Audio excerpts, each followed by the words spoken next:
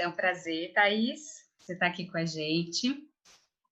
Primeiro vou me apresentar, para quem não me conhece, eu sou Fernanda, eu sou médica de família e sou professora da São Leopoldo Mandic, trabalho também na Unidade Básica de Saúde aqui de Valinhos e muito bom estar aqui com vocês. Sou do Departamento também de Medicina de Família lá da Sociedade de Medicina e Cirurgia de Campinas. Então vamos lá. Thaís é médica da Unicamp, minha colega de lá, e fez residência na Paraíba. E Thaís tem um trabalho muito lindo, e aí eu vou deixar para que ela explique um pouco para a gente. Acho que uma trajetória bem diferente, né, da maioria dos médicos de família.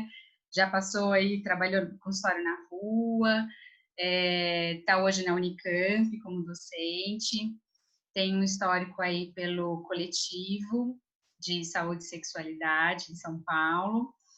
Então, queria que a Thaís contasse para a gente essa trajetória, que eu acho que também é importante para a gente iniciar o assunto, que é um assunto tão importante. Muito obrigada, viu, Thaís, por estar aqui. Nossa, eu que agradeço o convite. É um assunto que eu gosto muito de falar. Acho muito importante, mas eu acho que você falou de trajetória, eu posso dizer que indiretamente você é responsável por ser médica de família. Que, na verdade, não de maneira direta, mas de maneira indireta, sem dúvida, né? Porque a Dani fez medicina de família por sua causa, e eu e o Gines fizemos por causa da Dani. Então, de maneira indireta, se hoje eu sou médica de família, tem a ver contigo, assim. E é um prazer dividir esse espaço com vocês. Assim. Mas acho que é isso. Formei na Unicamp, fiz residência na UFPB, junto com a Dani, inspirada pela Fernanda. E a gente trabalhei no consultório na rua fiquei com umas questões em relação aos gestantes, né, em situação de rua, e fiz meu mestrado em gestações de crack. Passei no concurso da Unicamp, não para docente, mas para médico contratado, então estamos bem mais embaixo, 20 horas só. E, enfim, passei 2 anos e meio no ambulatório do coletivo, e eu acho legal, assim, porque eu acho que eu transitei por quase todos os espaços que um médico de família pode transitar, desde SUS, atenção primária clássica, consultório na rua, o coletivo que é uma ONG, né, de luta por direitos sexuais e reprodutivos, um ambulatório de uma ONG, e hoje com o Espaço Íris, que é um espaço privado. Então, eu acho que também, se tratando de uma liga de medicina de família, é interessante falar todos esses espaços que um médico de família pode ocupar, né? Mas é isso, muito grata. As meninas propuseram de falar de um tema de saúde da mulher, tal, e a sugestão de aborto foi minha. Ela foi antes das 2 coisas muito recentes que aconteceram nesse país em torno disso, que é todo o debate em torno do aborto legal daquela criança, né, do Espírito Santo, que foi para o Recife, e da portaria atual do Ministério. É uma aula que eu já dei na Unicamp, na Liga de Ética, para falar de aborto, e eu acrescentei essas questões mais atuais, né, que é a atual portaria lançada no dia 27 de agosto, e o caso dessa criança.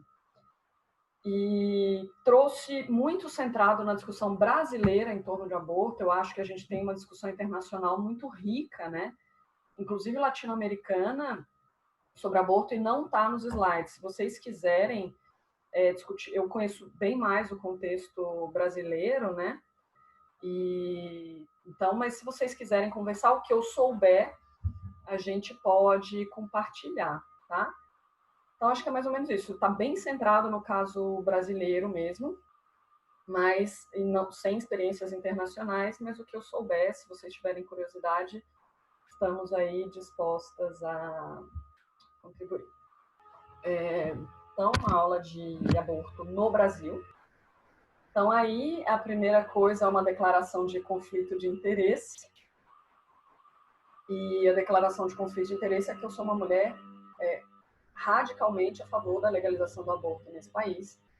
Só que com muita tranquilidade, assim, quem não for a favor, quem quiser discutir alguns argumentos das pessoas que não são a favor da legalização, eu acho um espaço super aberto e super tranquilo para a gente discutir posições divergentes. Assim, isso aqui não é demagogia. Assim, eu acho bem importante a gente, de fato, escutar com atenção posições divergentes da nossa. Mas preciso colocar que eu sou radicalmente a favor. E trouxe essa foto que eu gosto muito, que é do Centro de Convivência aqui de Sousas, né? Numa oficina que a gente... Aí tá a Lari, que é psico do Centro de Convivência, tem uma CS, e eu amo gestantes, eu amo bebês, eu amo crianças, e não é esse o ponto, assim, que ser a favor de aborto não tem nada, ser a favor da legalização do aborto, né? Não tem nada a ver com não gostar de gestantes, crianças e bebês, que são coisas que eu adoro, gosto muito. A gente poderia discutir longamente sobre saúde da mulher, violência obstétrica, puerpério, todas as coisas, que é um mundo que eu gosto muito, assim. E eu acho que a grande discussão é essa. Eu acho que eu gosto tanto de maternidade, tanto de gestantes e bebês, que eu acho que ninguém pode passar por um negócio tão bonito desse se não quiser, né? Acho que gestação é um evento muito importante na vida da mulher, né? Mexe com muitas coisas na vida de uma mulher. E uma criança, ela deve vir ao mundo fruto de amor, e não fruto de raiva, frustração e todas as coisas envolvidas em interrupções gestacionais, né? A gente costuma brincar que um dos grandes argumentos, né, contra a legalização do aborto é: transou porque quis, né, poderia ter se protegido e não se protegeu. E eu não vou nem entrar na discussão de acesso à contracepção, de acesso à contracepção não hormonal para mulher no SUS, por exemplo, para mulheres que têm efeitos colaterais de pílula, né? Eu acho que as pessoas que têm esse tipo de argumento não gostam de gestação e maternidade, porque tratam a maternidade como um castigo. Você não se protegeu, agora vai ser mãe. Como se ser mãe fosse um castigo para alguém que foi irresponsável. Eu não acho que criança é castigo para nenhuma mulher irresponsável sexualmente. Eu não acho que maternidade é castigo para ninguém. Pelo contrário, amo bebês, gestação e maternidade, não acho que são castigo e não acho que deveriam ser castigo para mulheres que não se protegeram, que foram irresponsáveis, para além do debate de acesso à contracepção, principalmente no SUS. E aí me coloco, além de uma mulher radicalmente a favor de legalização de aborto, né, no país, como uma ativista pró-legalização. Nessa hora da aula eu estou com meu lencinho, veja ali, eu amarrava meu lencinho, já que não era uma aula obrigatória, então eu podia me dar esse luxo. E eu acho que essa é a grande questão que a gente vai debater um pouco hoje, né? Sobreviver a um aborto é um privilégio de classe nesse país hoje, né? Outra coisa, gente, pelo amor de Deus, se vocês discordarem, vocês interrompam e falem. Se vocês tiverem qualquer pergunta a qualquer momento, pelo amor de Deus, interrompam e falem, tá? E aí eu vou trazer alguns casos. Esse eu chamei de Macabeia, né, em homenagem a esse livro maravilhoso, que é A Hora da Estrela, da Clarice Lispector, né? E aqui não se trata apenas de uma narrativa, antes de tudo uma vida primária que respira, respira, respira. É minha obrigação contar sobre essa moça. Entre milhares delas, é dever meu, nem que seja de pouca arte, revelar-lhe a vida. Esse foi um caso que eu atendi com uma residente de medicina de família, no Village, é onde a Unicamp tinha a residência de medicina de família, né? Infelizmente hoje não tem mais, é uma unidade maravilhosa, unidade aqui do Distrito Norte de Campinas. E a Macabeia, ela gestou em 2017, ela foi PTS de uma das residentes e esse bebê nasceu em janeiro de 2018. Qual que era o caso dessa mulher? Essa mulher veio de Pão de Açúcar, uma cidade no interior do Maranhão. Ela iniciou a vida sexual com 12 anos com um cara de 30. E ela era um pouco mais velha que eu, assim, na época. Esse cara foi preso porque é estupro de vulnerável. E a gente precisa entender. E era bem engraçado porque ela falava assim: eu queria. Eu não foi estupro, eu queria. E a gente precisa entender que mesmo que ela queira, é estupro de vulnerável. A gente usa um exemplo, assim, você está cuidando de uma criança de 3 anos de idade.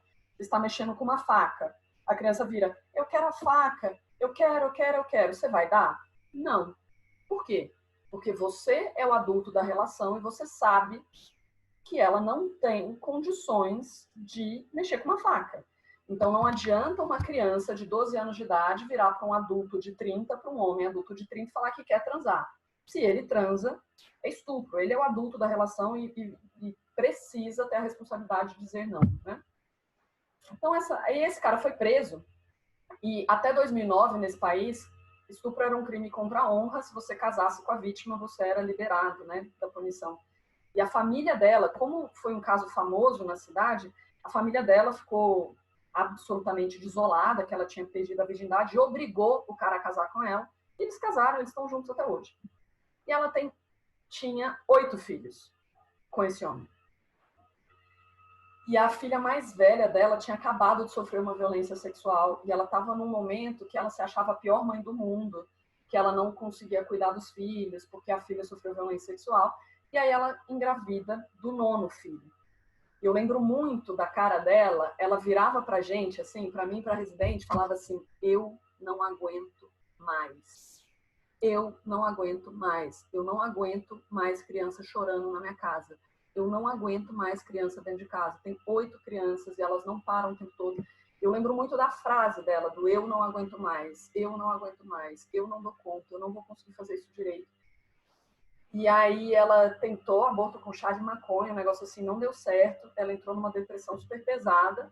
A gente tentou discutir entrega protegida para ela, né? A gente não é abandono de criança, abandonar as pessoas abandonam em casa, abandono é outra coisa, né?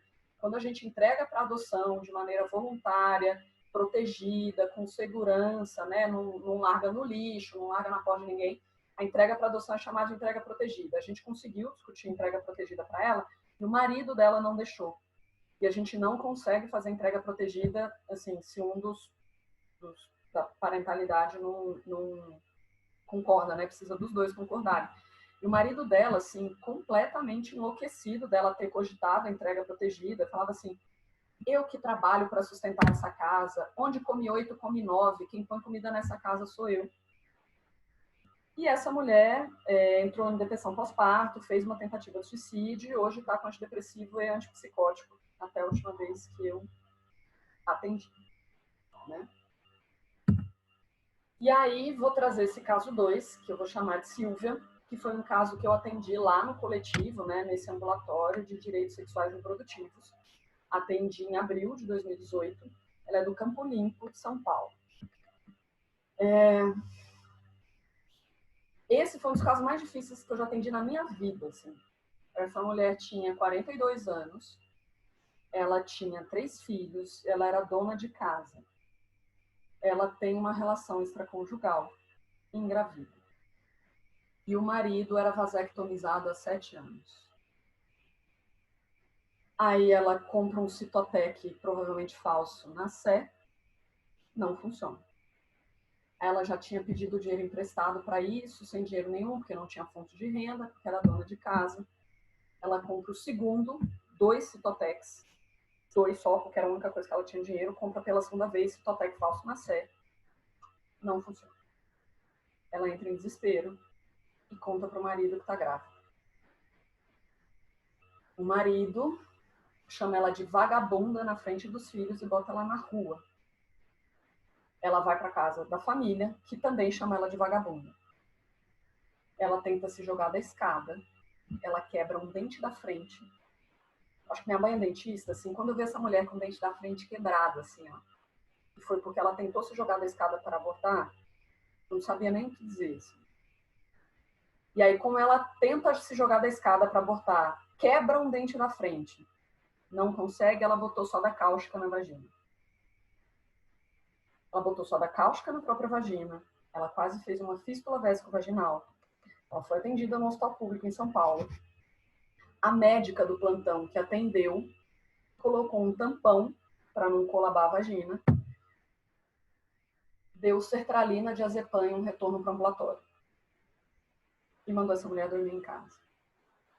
A assistente social do pronto-socorro ficou tão chocada com o caso que a gente conseguiu um atendimento social lá na ONG. E caiu do dia do atendimento dela, quem estava no ambulatório era eu. E eu acompanhei essa mulher por pelo menos 5 consultas. Eu tenho foto no meu celular. Foi a pior vulva que eu já vi na minha vida. Infeccionou, obviamente. E ela chorava, ela estava em risco iminente de suicídio. Ela já tinha se jogado de uma escada, ela estava com o dente da frente quebrado, ela estava com soda cáustica numa vagina. E risco iminente de suicídio não era, a gente não conseguia acessar do ponto de vista jurídico o aborto legal para essa mulher. Foi um dos piores casos que eu já vi na minha vida, assim. É muito doloroso para mim lembrar deles. Atendi isso, vi isso com esses olhos que a terra há de comer. Assim. E aí, esse terceiro caso, obviamente nós estamos falando de 2 mulheres negras, né? Tanto aqui, essa do interior do Maranhão, essa daqui uma negra de pele clara do Campo Limpo de São Paulo. Aqui, um caso da Ingriane Barbosa, ficou famoso no Brasil, né? Também em 2018, de Pretópolis, no Rio de Janeiro. Vocês podem pesquisar, isso aqui eu tirei os dados dessa reportagem do G1. A Ingriane já tinha 30 anos, tinha 3 filhos, 9, 7, 2 anos, trabalhava como babá. Então, ela trabalhava cuidando dos filhos dos outros. E ninguém cuidava dos filhos dela. E tem toda uma discussão que o irmão dela achava que ela fez isso porque a família ficava falando muito que ela não cuidava dos filhos, que ela tinha filho para os outros criarem, porque ela deixava os filhos com a mãe, né, com a avó das crianças, mãe dela, né? E aí ela engravidou do 4º filho aos 30 anos. Ela pagou R$300 para a mulher que realizou o aborto com métodos caseiros. O irmão encontrou mensagens no celular da irmã que indicavam que o pai da criança não queria compromisso com ela. Então já seria o 4º filho e ela não teria nenhum dos parceiros apoiando junto. E aí ele escreve, e ele dá essa reportagem para o G1, e ele fala assim, por isso ela se desesperou. As mensagens mostram que no início ela chegou a sonhar com o filho, mas se frustrou. Para o irmão, a criança teve medo da cobrança da família em relação ao novo filho. Ela dizia que já tinha feito antes e que não tinha como dar errado. Vocês conseguem imaginar essa mulher? Isso é a foto da Ingriane, assim, isso está em qualquer Google, vocês acham. Essa história dessa, você acha que essa mulher tinha acesso a um bom atendimento público de saúde? Como é que era o planejamento reprodutivo e as consultas que esta mulher teve acesso? Né? Já havia tentado outras manobras abortivas, inclusive procurou uma senhora, colocou uma espécie de ferro nela, mas não resolveu. Disse a polícia, o irmão dele, num depoimento. De acordo com a polícia, o feto e o talo de mamona foram expelidos no dia 9 de maio. Ela teve um óbito por sepse no dia 16 de maio de 2018. E aqui, o caso da Jandira, um caso de 2014, também no Rio de Janeiro, né? Morta em uma clínica clandestina de aborto no Rio. O corpo dela foi carbonizado, porque o pessoal da clínica queimou para não deixar prova que ela tinha morrido numa clínica durante um procedimento, né? Encontrado quase um mês depois. E aqui as mensagens da Jandira, e é louco, né? Essas mensagens vão para o G1, né? Amor, mandaram desligar o telefone, estou em pânico, ore por mim. E essa mulher nunca mais voltou e o corpo dela foi achado carbonizado 30 dias depois. Uma das pessoas perguntou, Thaís, como que está a mulher do caso 2 e se ela teve a criança no final. Então, como o aborto não é... A gente não conseguiu o aborto legal para ela. Ela ficou péssima. Assim. Mas, enfim, a gente conseguiu até fazer um acolhimento, assim, que eu acho que foi muito simbólico ela ter tido uma relação extraconjugal e ficou soda cáustica na própria vagina. Enfim. Mas a gente tentou até defensoria pública na época. O que mais? Era só essa pergunta, por enquanto. Existe uma pessoa perguntando talo de mamona. Talo de mamona. Mamona é uma plantinha. Quem é da minha época que jogava mamona nos outros? Uma plantinha. Talo de mamona é uma substância bem cáustica, assim, bem básica, que a mamona solta um leite, que é uma substância básica, assim, bastante cáustica. E aí, provavelmente, o aborto clandestino tentou descascar um talo de mamona para fazer com que essa substância cáustica, né, o leite da mamona, gerasse um aborto na pessoa.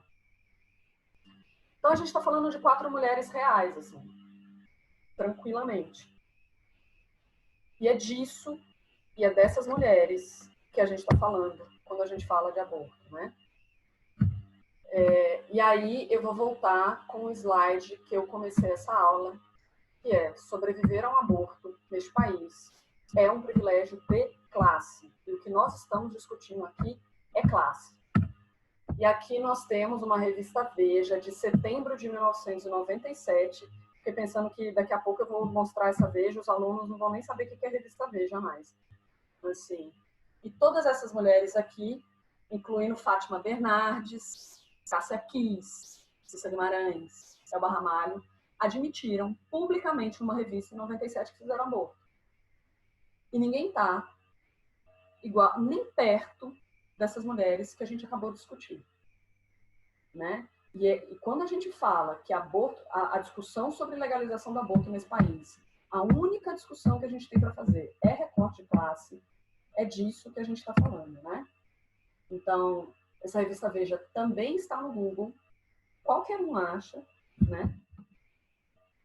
Setembro de 1997, e todas essas mulheres contando sobre os seus procedimentos de aborto. Mulheres famosas, Araci Balabanian, enfim, poderíamos falar de várias delas, né?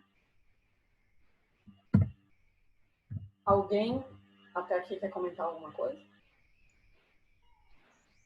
Uma das participantes, Thaís, perguntou, ela falou que não entendeu ainda como que essas pacientes estão atualmente e se você tem notícias da paciente do caso 2, né, que eu acho que foi o que mais chamou a atenção aqui. Sim, né?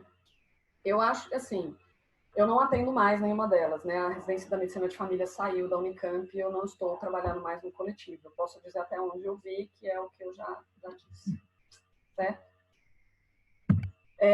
Aqui a gente tem um mapa, ele está um pouquinho desatualizado, eu não consegui achar um mapa mais atualizado, o que está desatualizado nesse mapa, até onde eu sei, é o Uruguai, tá?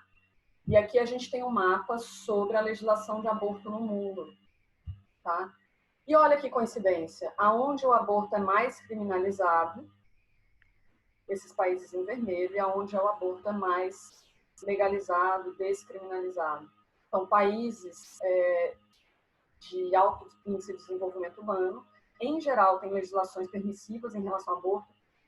Tem um caso bem interessante de estudar, que é o da Itália. A Itália é um país extremamente católico, a sede do Vaticano é na Itália, e o aborto é legalizado na Itália há anos, assim, né? Se a gente pensar em Cuba, por exemplo, Cuba é legalizado desde 1956, se eu não me engano, é feito na atenção primária por médico de família até 12 semanas, por ginecologistas em policlínica até 19 semanas, e acima de 19 semanas em centro, por ginecologistas em centros de ginecologia especializados. Então, assim, é muito diferente. Aí, quando a gente olha a distribuição da legislação de aborto no mundo, quem morre é mulher pobre. Pobre, africana e latino-americana. Então, esse também é um slide para a gente reforçar que criminalização do aborto e descriminalização do aborto é um recorte e um privilégio de classe. Então, eu acho que... Eu vou dizer essa frase porque eu acho que ela é a tônica da apresentação hoje. Então, esse daqui também é um dado da OMS, 86% dos abortos foram realizados em países em desenvolvimento, na Europa 90% dos abortos são seguros e na América Latina 95% são inseguros, ou seja, abortos legais, seguros, feitos por profissionais de saúde, dentro de sistemas de saúde. Na América Latina a gente está falando de aborto clandestino, né? E aí eu vou passar rápido por aqui, mas essa ideia de direitos sexuais e reprodutivos, né? Então, a gente vai nascendo junto no pós-guerra, assim, junto com a ideia de direitos humanos, essa ideia de direitos sexuais e reprodutivos. Então, em 68, os pais têm como direito humano básico decidir de forma livre e responsável sobre o número e o espaçamento de filhos, assim como direito à educação adequada e informações a respeito. Quando a gente tem 74, né, as pessoas devem ter os meios, bem como as informações de educação para acesso ao direito reprodutivo. Então, controlar a própria reprodução é um direito. Isso está assegurado na Declaração Universal dos Direitos Humanos, né? O termo mais adequado do que planejamento familiar, o movimento feminista pauta isso desde 84, a gente chama essa pauta de autodeterminação reprodutiva. Então, eu preciso decidir se eu vou me reproduzir ou não, se eu tenho condições físicas, psicológicas, familiares, apoio comunitário e social do Estado para exercer uma maternidade de qualidade. Né? Aí, a partir da década de 80, né? A partir dos movimentos gays, com a explosão da epidemia de AIDS, aí, em vez de direitos reprodutivos, passou a ser direitos sexuais e reprodutivos, e o texto que está na Declaração de Direitos Humanos da ONU até hoje, é esse texto, né, que está no parágrafo 96, está desde 1995, e está exatamente desse jeito, né? Dentre os direitos humanos, inclui os direitos de ter controle e decidir livre e responsavelmente sobre as questões relacionadas à sexualidade, incluindo saúde sexual e reprodutiva, livre de coação, discriminação e violência. Requer respeito mútuo, consentimento, divisão das responsabilidades sobre o comportamento sexual e suas consequências. Né? E aí eu trouxe a cartinha de divulgação de vocês, assim. Qual é a diferença das duas cartinhas de divulgação? Dos dois folders, né? Esse primeiro folder, né, com esse fetinho na mão, foi o primeiro folder. E isso aqui não é uma responsabilização individual de quem fez e nem coletiva da Liga, porque isso é só um reflexo do que vem à cabeça das pessoas quando a gente pensa em aborto. Quando a gente pensa em aborto, a primeira coisa que socialmente vem na cabeça das pessoas que estão fora desse debate é este fetinho. É um fetinho. E é muito interessante porque esse feto está no nada. Está na mão, assim, fora da barriga, morrendo, né? E não aparece uma mulher.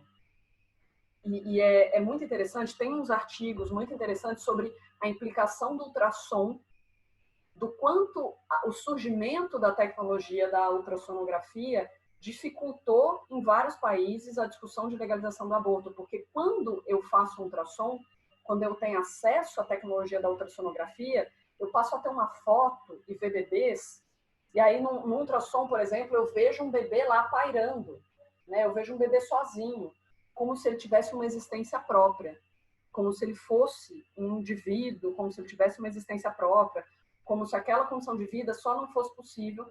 E aí a gente tem uma segunda divulgação que é bem mais interessante, porque quando a gente está discutindo aborto, nós estamos falando de mulheres. O indivíduo e o ser que existe e que precisa de respeito são mulheres.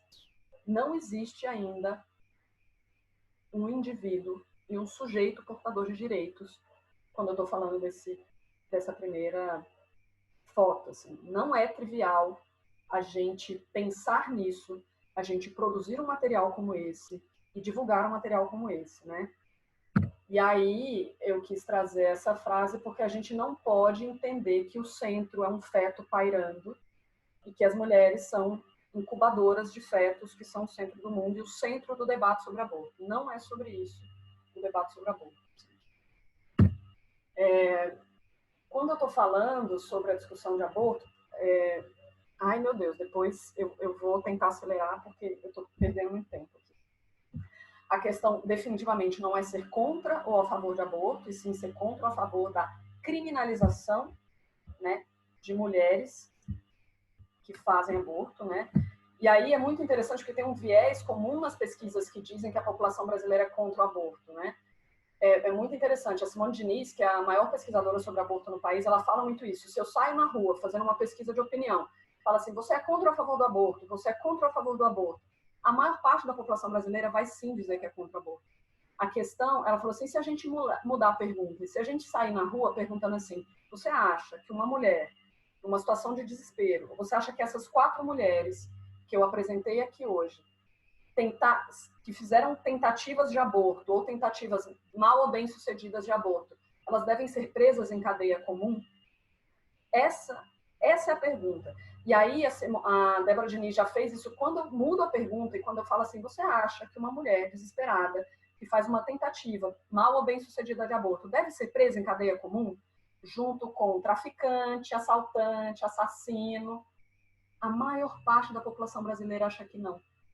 Então, quando a gente muda a pergunta, a gente percebe que a maior parte da população brasileira é sim a favor da descriminalização do aborto, porque a maior parte da população brasileira não acha que uma mulher que, no momento de desespero, faz uma tentativa de aborto deve ser presa em cadeia comum. Tá?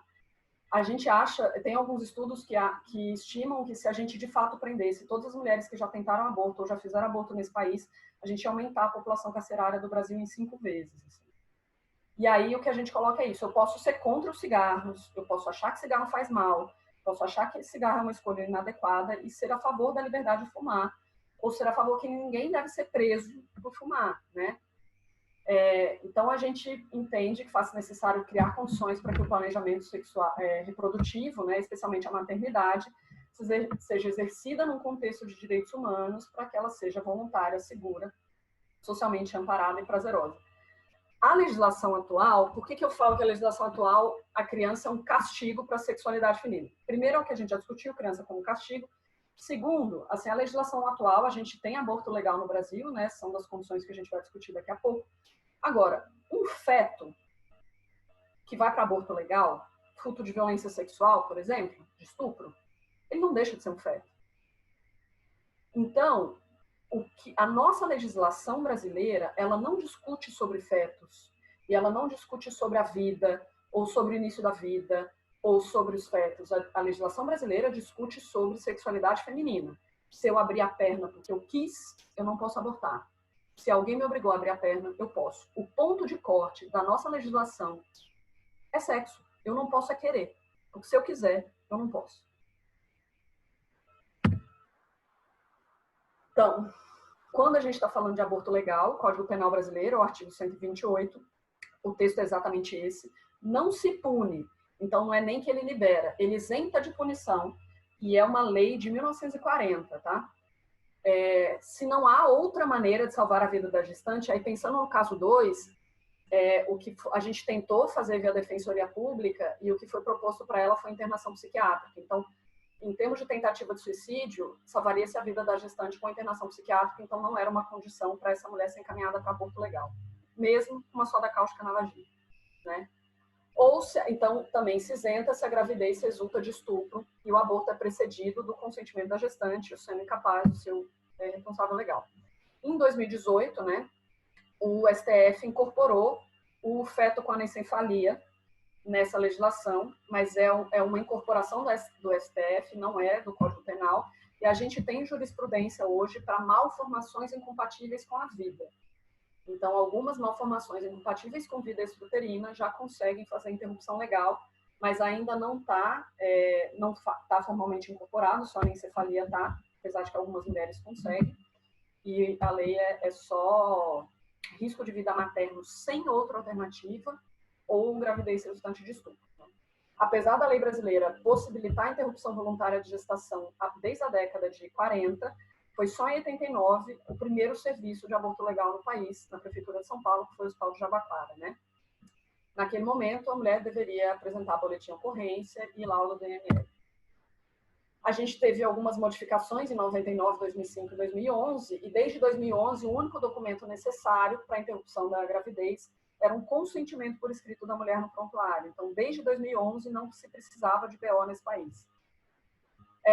A Simone Diniz fez um levantamento entre ginecologistas e obstetras do país em 2012 e evidenciou que, em 2012, quando já tinha um ano essa lei, 81% dos ginecologistas ainda solicitavam BO ou outro documento, né? A norma técnica estabelece que os médicos têm direito individual de objeção de consciência à prática do aborto, mas também regulamenta que o serviço precisa atender. Então, ele só tem direito individual à objeção de consciência se outro profissional do serviço topar fazer.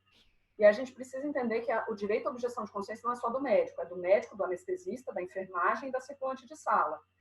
Isso significa que fora de serviços de aborto legal, eu tenho que ter quase uma conjunção dos astros para ter um médico, um anestesista, um enfermeiro e um circulante de sala que não façam objeção de consciência. Essa mulher, às vezes, fica internada semanas até conseguir o aborto legal fora de serviço de aborto legal, né? E aí, isso aqui é uma pesquisa da Simone... A Simone Diniz tem a maior pesquisa de aborto legal e a maior pesquisa de aborto clandestino no país original. A gente tem, por exemplo, só em 2018, uma revisão sistemática enorme do aborto legal no Brasil, posso até dar a referência depois, mas de pesquisa original, que não é uma revisão sistemática, vários pequenos trabalhinhos. Essa de 2015 é a maior que a gente tem, é da Simone Diniz, que é essa pesquisadora da UNB.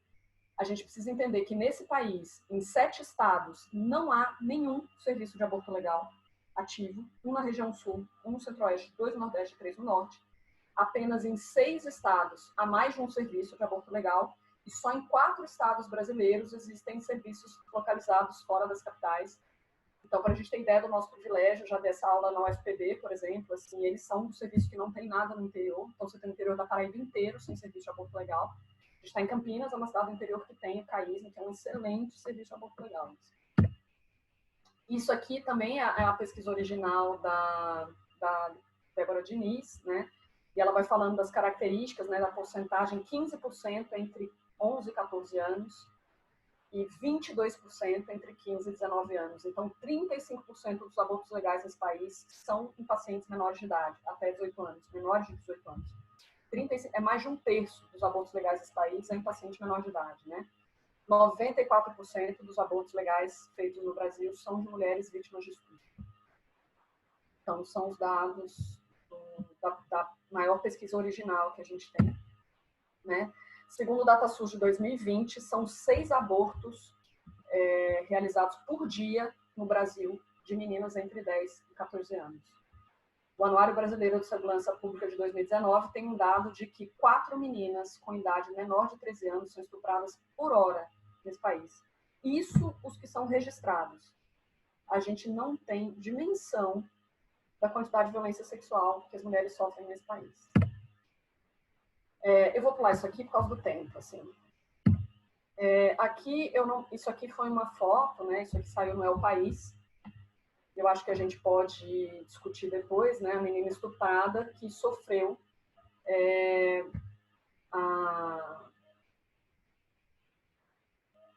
o assédio de fundamentalistas religiosos, né?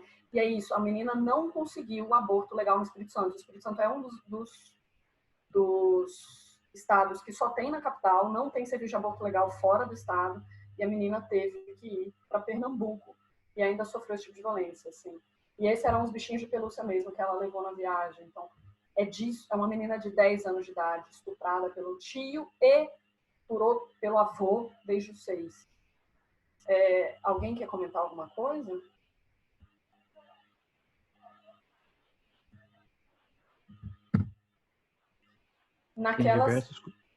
Tem diversos comentários no chat depois, se você quiser depois ver.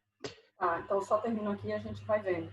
E naquela semana, desse caso dessa menina, o País fez uma sequência de reportagens. Isso aqui é uma segunda reportagem que estava falando sobre o aumento do aborto legal durante a pandemia. Então, durante a pandemia, a gente teve um aumento importante de violência sexual e a gente teve um aumento concreto da violência sexual que resultava em gestação, e a gente teve um aumento dos abortos legais no país. E aí ele começa essa reportagem com essa frase que eles fizeram no serviço de aborto legal do Hospital da Universidade Federal de Uberlândia. Vocês querem falar um pouquinho sobre o que está aí no chat? Só dar uma resumida?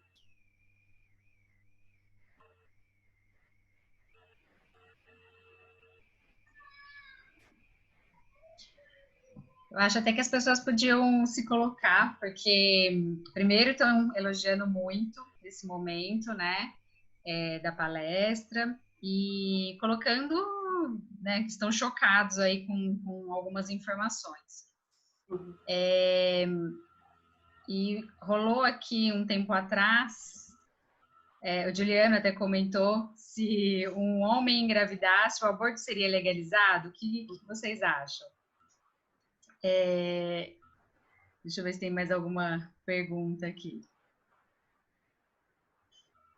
e de colocar a diferença, né, que você citou entre ser a favor do aborto ou a favor da legalização do aborto, né? Que foi o que você estava explicando. E que é uma questão de saúde pública. Mesmo que não fosse, assim. Eu acho que é isso. Distrofia muscular de Duchenne não é uma questão de saúde pública e o SUS atende.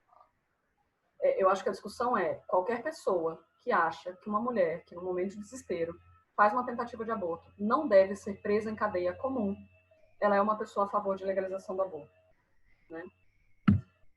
Aqui, mobilizada por esse caso dessa menina, né, eu trouxe um movimento muito bonito, que eu gosto muito, que é o Católicas pelo Direito de Decidir.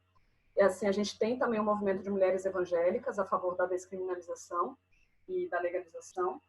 E eles têm, esse daqui, que é o Católicas pelo Direito de Decidir, ele tem um slogan assim, maravilhoso, que é: até Maria foi perguntada se queria ser mãe de Jesus Cristo. Até Maria pôde escolher se seria mãe ou não, né?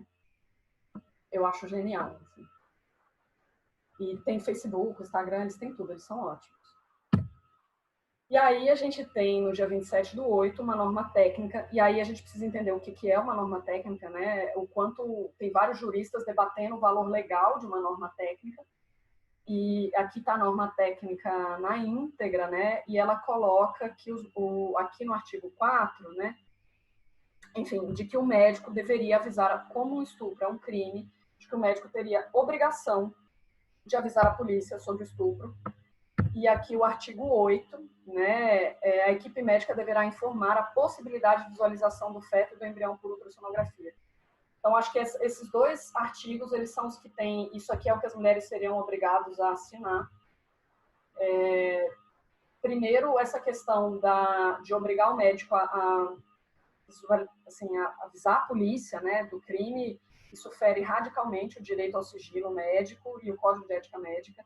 Ninguém é obrigado a falar, a avisar ninguém de que está grávida, fruto de uma violência sexual. Isso é uma informação muito íntima, que as pessoas muitas vezes não querem compartilhar com ninguém, né? Muito menos, às vezes, com um policial, ou ter que abrir um BO, fazer uma representação e levar o processo para frente, né?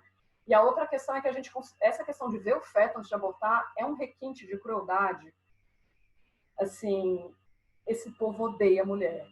É a única coisa que eu consigo... Quando eu vi isso, eu falei assim, eles odeiam, não é possível. A gente brinca que a heterossexualidade ela é uma afetiva. Uma pessoa que escreveu isso aí, o Pazuello que assinou isso, que é supostamente heterossexual, ele transa com uma mulher, mas ele odeia a mulher. Ele come uma mulher, mas ele só tem amor por homem, porque ninguém que tem compaixão por uma mulher faz ela visualizar um feto antes de fazer um aborto. E a gente discute, inclusive, alguns procedimentos de humanização de aborto legal, que é você, por exemplo, quando você precisa fazer ultrassom para fazer o procedimento de aborto legal, datação ou por anencefalia, a gente fazer o ultrassom com o som desligado, para a mãe não ser obrigada a escutar a BCF. Porque é muito violento, e elas têm esses relatos, quando a gente atende, assim, de que é muito violento você escutar a BCF antes de fazer um procedimento de aborto legal por anencefalia, por exemplo. Né, o quanto isso é triste, violento e sofrido para mulheres que fazem interrupção por anencefalia. Você escuta o coraçãozinho para ali, daqui 2 horas, botar um misoprostol e ter que fazer um parto normal de um feto anencefalo. Então, isso para mim é de um grau de crueldade que não tem cabimento, né? E aí, falando um pouco sobre aborto clandestino, eu já estou estourando o meu tempo, vou tentar fazer um pouco mais rápido. A Simone Diniz, a Débora Diniz. A Simone Diniz é uma professora da USP, né? Da Faculdade de Saúde Pública, médica. A Débora Diniz é uma antropóloga, que é quem faz as pesquisas sobre aborto. Ela fez a maior pesquisa sobre aborto clandestino no Brasil, uma pesquisa de 2012. Ela ganhou o prêmio de melhor pesquisa em saúde da América Latina pela OPAS em 2012 com essa pesquisa. E quais são os procedimentos metodológicos que ela discute dessa pesquisa? Primeiro, que foi ela discute por que o dado dela é sim o melhor dado que a gente tem no país. Primeiro, porque ela fez uma pesquisa extensa, epidemiológica mesmo, ela dividiu por setor censitário, tem todos os estados, todas as capitais, as cidades do interior, divididas por setor censitário mesmo, é uma pesquisa com um N enorme. Então, ela fez isso do ponto de vista da epidemia, é super bem feita. E aí ela discutiu outras duas questões metodológicas. A primeira é só mulheres entrevistaram mulheres. A pesquisa foi nacional, com financiamento enorme, não tinha nenhum homem nas entrevistas, né? Então, essa coisa de perguntar. E a outra coisa que ela fez foi método de urna. Ou seja, não é ainda que fosse uma mulher perguntando para outra, ninguém era obrigada a falar assim, você já fez um aborto? Fala aí para mim, deixa eu gravar se você já fez um aborto. Então, era um papel que a mulher podia marcar um X se ela tinha feito aborto ou não, e ela colocava um papelzinho na urna. Então, só mulheres entrevistavam mulheres, e a entrevista era entregar o papelzinho, e a mulher em silêncio preenche o papelzinho e coloca na urna. Então, ela fala que por esses cuidados metodológicos é que ela afirma que essa é a maior e é a melhor pesquisa que a gente tem sobre aborto clandestino, aborto ilegal no país, tá?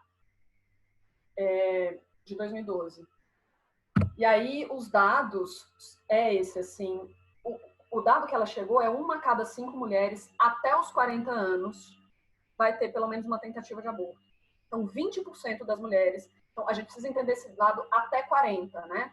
E ela fez a pesquisa entre 18 a 40. E isso tem uma implicação, porque a gente viu que no caso de aborto legal, 35% é menor de idade. É mais de um terço.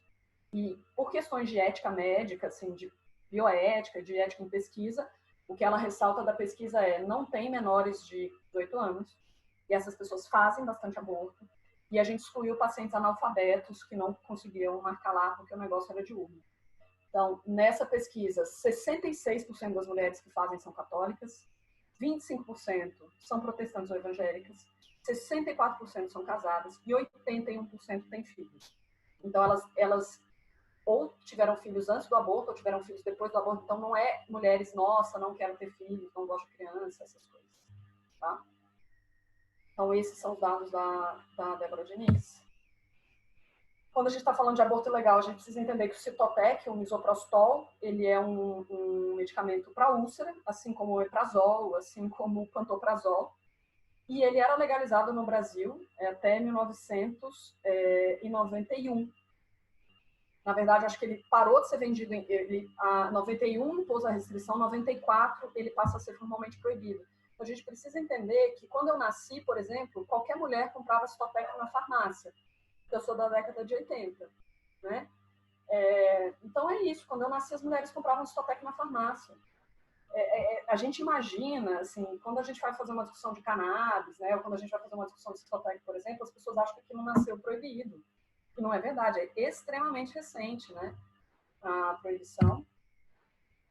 E aí eu acho que essas mulheres são criminosas, essas daqui, elas deveriam estar presas em cadeia comum. Então, se vocês pensarem em todas as mulheres com mais de 40 anos que vocês conhecem, vocês podem ter certeza que 20% delas já tentou aborto, pelo menos. E aqui, quando a gente pensa em aborto clandestino, a gente também tem que pensar numa atenção humanizada, né? E essa questão da legalização, né? De você poder entender aonde o planejamento reprodutivo faltou, fazer contracepção pós-procedimento, né? Acolher, fazer, enfim, tem muita coisa para ser feita, né? Aborto ilegal, aborto clandestino. O que eu tenho com isso? Então, vou fazer uma pequena provocação, né? Quando a gente está falando de aborto clandestino nesse país, homens, suporte emocional às suas parceiras que optarem por aborto clandestino e financeiro, porque é caro, e por isso que é um recorte de classe, né? Divisão mais equânime sobre a responsabilidade de contracepção, então não é tome a pílula, se assim, assim, qualquer mulher que engravida transou sem preservativo, ou enfim, né, ou teve um rompimento de preservativo, o que a gente faz? Vai tomar uma contracepção de emergência, né? Enfim, nós mulheres, o que a gente pode fazer?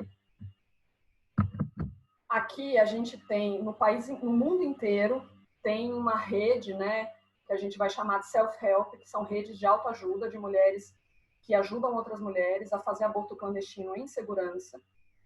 Essa daqui é maravilhosa. Esse primeiro símbolo aqui, esse laranja com barquinho, chamava Women on Waves, que era uma ONG holandesa, porque assim, os barcos, a legislação que vale em alto mar, nos barcos, é a legislação da origem do barco, onde o barco é registrado.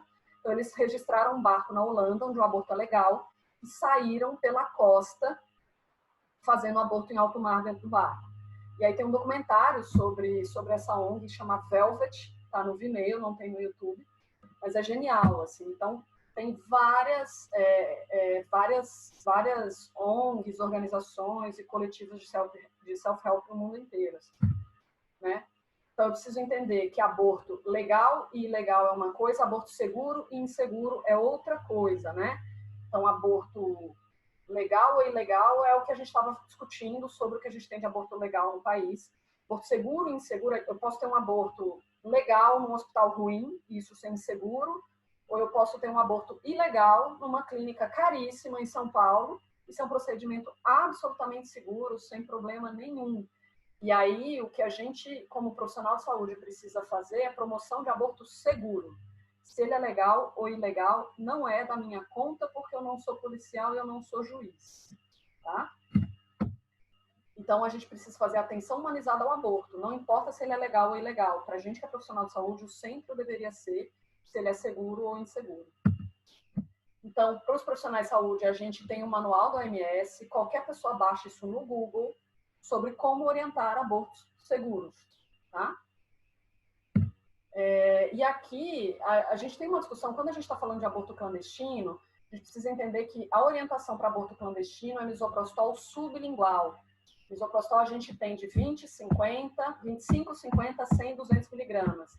Então, quando eu estou fazendo só com misoprostol, quando eu não tenho mifepristona, que é o que tem na maior parte dos países onde aborto é legal, eu preciso de 800 miligramas de misoprostol, né, a cada 3 ou 12 horas. Então, na verdade, eu preciso de 4 comprimidos de misoprostol de 200 miligramas, não serve os comprimidos menores, e, em geral, a gente repete com intervalo entre 3 ou 12 horas uma outra dosagem desse. Por que a gente não orienta via vaginal aborto clandestino? Primeiro, porque as mulheres, em geral, ele é colocado atrás do colo, em fundo de saco, e as mulheres não conseguem, é doloroso, ou não tem o hábito de colocar o dedo na vagina.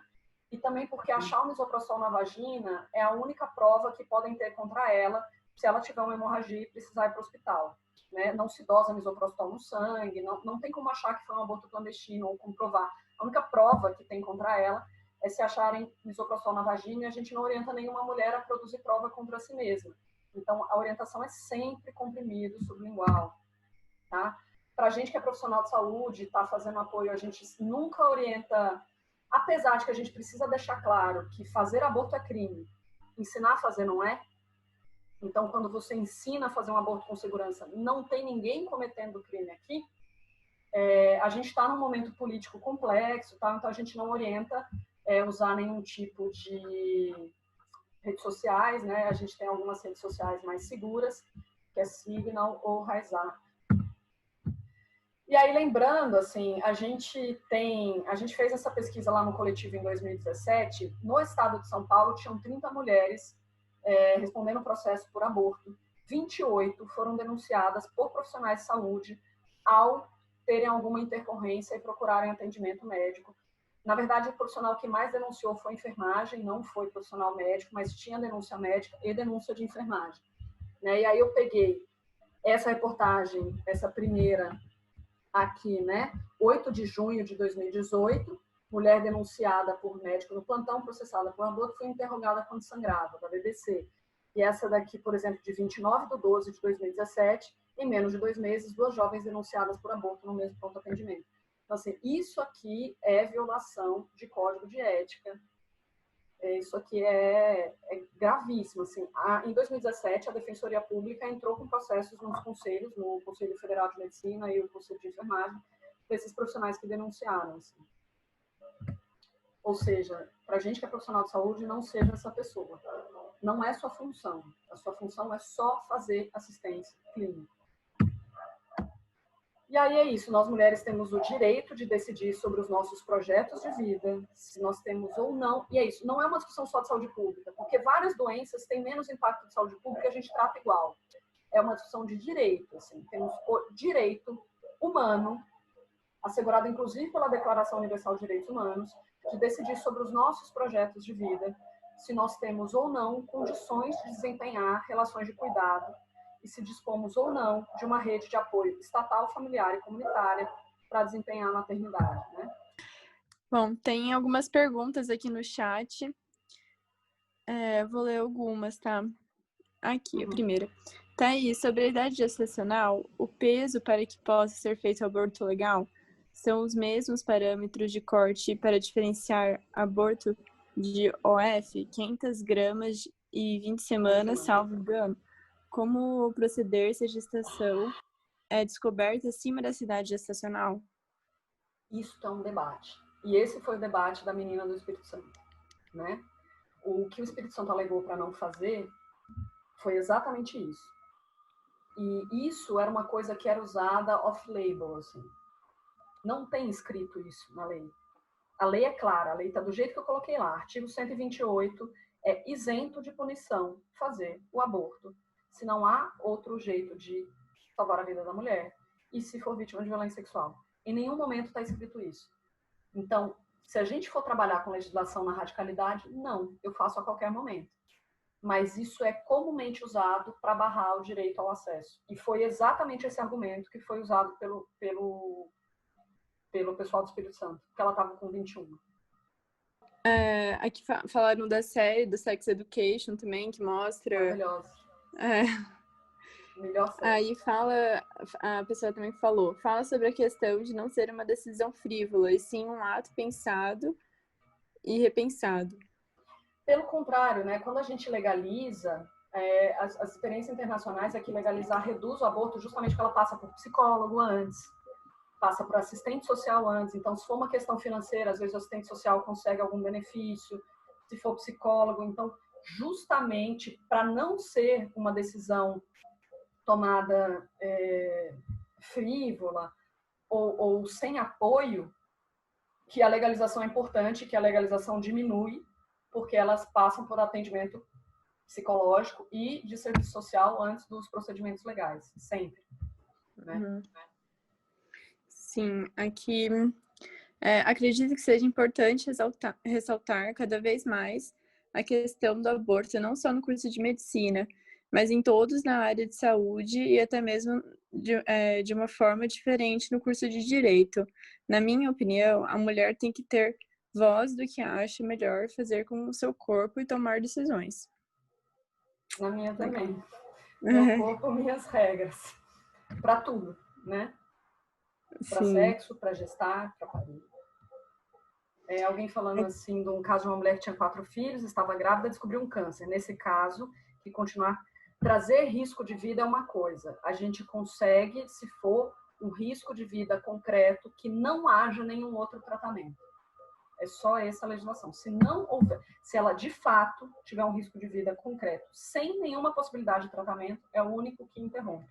Se ela tiver qualquer possibilidade de tratamento para o risco de vida, não consegue interromper. Aqui também tem uma pergunta. Aos que são contra ou a legalização ou do próprio aborto, qual a opinião sobre educação sexual nas escolas? Principalmente para meninas, que talvez ajudaria a evitar a gravidez indesejada? E educação e o que fazer em caso de estupro? Eu não entendi, isso é uma pergunta? Tá perguntando sobre a educação sexual, né? Eu acho que, em geral, o mesmo tipo de perfil conservador que é contra a legalização também é contra a educação sexual nas escolas, né? Enfim. E esse é um grande problema, inclusive porque quando a gente está falando de crianças, né, e aí a gente pensando menores de 14 anos são crianças, né? A maior parte das violências sexuais vem de dentro de casa. Então, é muito importante que não seja dada educação sexual em casa. Porque em casa é onde existe a violência sexual, não a educação sexual. Para a maior parte das pessoas que são violentadas sexualmente, né? Acho que é isso, gente. Abra o microfone, converse comigo. Agora eu tô aqui. E aí, ou então a gente encerra. Isso, gente. Se vocês quiserem conversar, podem abrir o microfone, todo mundo, à vontade. Acho que é isso, pessoal. Então, beijos, obrigada. Acho muito importante a gente fazer sobre o tema. Eu também acho que a maior parte das pessoas que já vêm para uma palestra dessa é a favor da descriminalização. Então, não sei até que ponto isso, de fato, instrumentaliza vocês ou muda alguma coisa em vocês. Então, não sei de fato quanto acrescenta. Acho que o grande desafio, né, é justamente furar essa bolha. Né? Mas se acrescentou alguma coisa, então tá bom. Já tá de bom tamanho. Sim, Thaís, foi muito bom. Teve vários comentários super positivos aqui no chat, a gente gostou muito. A gente agradece demais a sua presença aqui, o seu tempo. Imagina. Gostamos demais e queremos logo fazer uma próxima aula, tá? É um prazer, é ótimo.